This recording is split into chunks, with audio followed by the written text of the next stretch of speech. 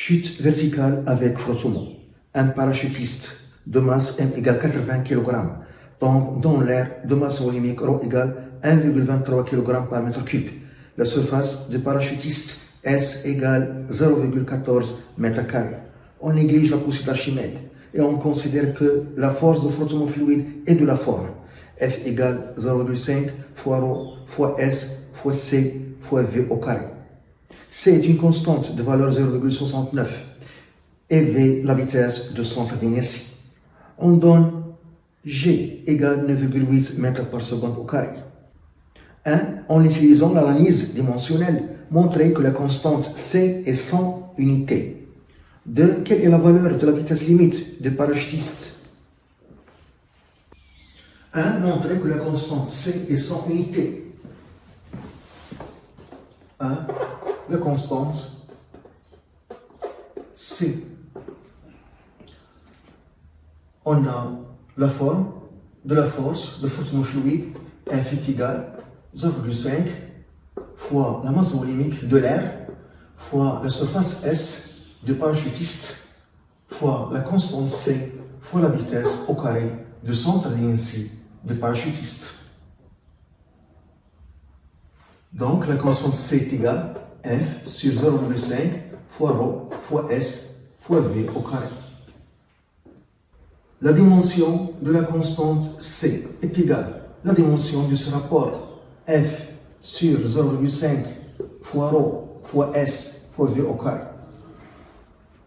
Les nombres sont sans dimension et je peux remplacer F par L fois A, l'accélération, d'après la deuxième loi de Newton. Je vais utiliser n'importe quelle relation correcte. Je ne calcule pas, je cherche la dimension. Donc, est égal la dimension de F qui est égale 1 fois A sur la dimension de ρ fois S fois V au carré est égal. La dimension de F, c'est la masse fois l'accélération sur, ici, c'est la dimension de ρ fois la dimension de S fois la dimension de V au carré. Égal. La dimension de M fois la dimension de l'accélération A, qui est delta V sur delta T, la variation de la vitesse, sur la durée correspondante, sur la masse volumique, c'est la masse sur le volume, fois la dimension de la surface S, fois la dimension de V au carré, est égal. La dimension de M fois la dimension de delta V sur la dimension de delta T sur la dimension de M sur la dimension de V fois la dimension de S fois la dimension de la vitesse au carré. À ne pas confondre le volume et la vitesse. Le volume grand V, la vitesse petit v. Ici, je peux simplifier par la dimension de M. Et la dimension de delta V, c'est la dimension de V. Donc, je peux simplifier par la dimension delta V et la dimension V. Et le volume, je peux le remplacer par la surface fois la hauteur. J'utilise n'importe quelle relation correcte. Je ne calcule pas, je cherche la dimension. J'utilise n'importe quelle relation correcte en fonction des grandeurs principales, comme la masse, la longueur, le temps.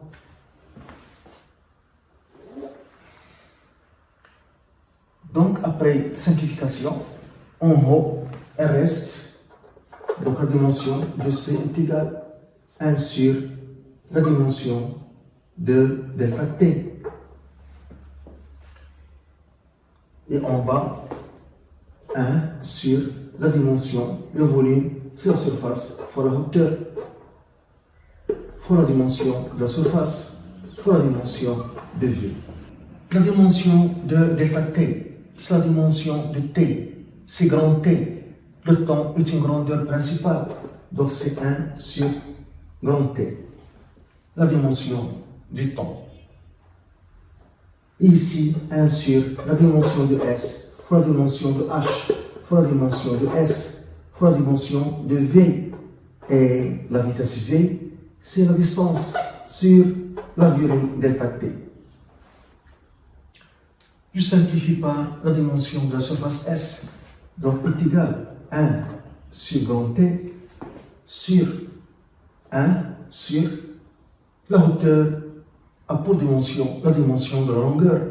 Donc c'est dans L, la longueur est une grandeur principale, fois la dimension de la distance D sur la dimension de la durée delta T est égal à 1 sur grand T sur 1 sur L, la dimension de la distance, sa dimension de la longueur, grand L, sur la dimension du temps, c'est grand T.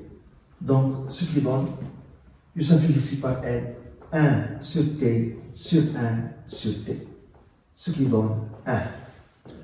La constante C a pour dimension 1.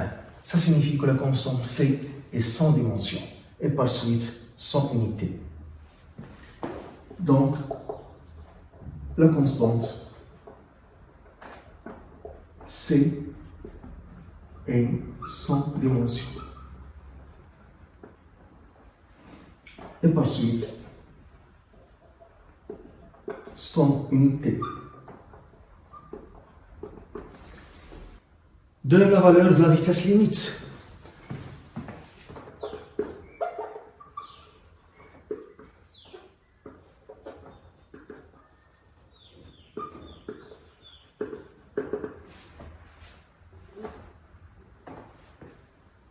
Au cours du mouvement, le parachutiste est soumis à son poids P et à la force de forcement fluide exercée par l'air, l'action de l'air.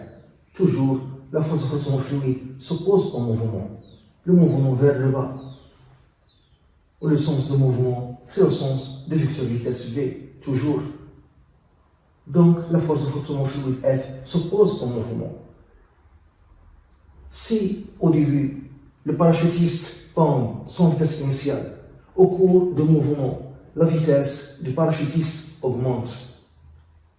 Et par suite, la force de forcement F fluide augmente car la vitesse augmente au cours du temps. Et lorsque la force de forcement fluide F devient égale au poids du parachutiste, on a le régime permanent. Dans ce cas, la vitesse reste constante en régime permanent. En régime permanent, on a la vitesse est égale à la vitesse limite est égale à une constante.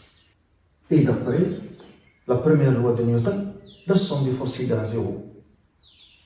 On aura P égale à F en intensité, en régime permanent. D'après la première loi de Newton, on a P plus F est égal à 0. Donc P est égal à moins F. En intensité, P est égal à F. Donc on a P égale à F. L'intensité du poids du parachutiste P est égale à l'intensité de la force de forcement fluide F en régime permanent. P, c'est M fois G. F, c'est 0,5 fois ρ, la masse volumique de l'air, fois la surface du parachutiste, fois la constante C, fois la vitesse limite au carré. Donc la vitesse limite au carré est égale à M fois G sur 0,5 fois ρ fois S fois C. Donc la vitesse limite est égale à la racine de M fois G sur 0,5 fois ρ fois S fois C. La vitesse limite application numérique est égale à la masse 80 kg, G 9,8, 0,5, ρ 1,23, S 0,14 m², C 0,69. VL égale. On trouve 115 mètres par seconde.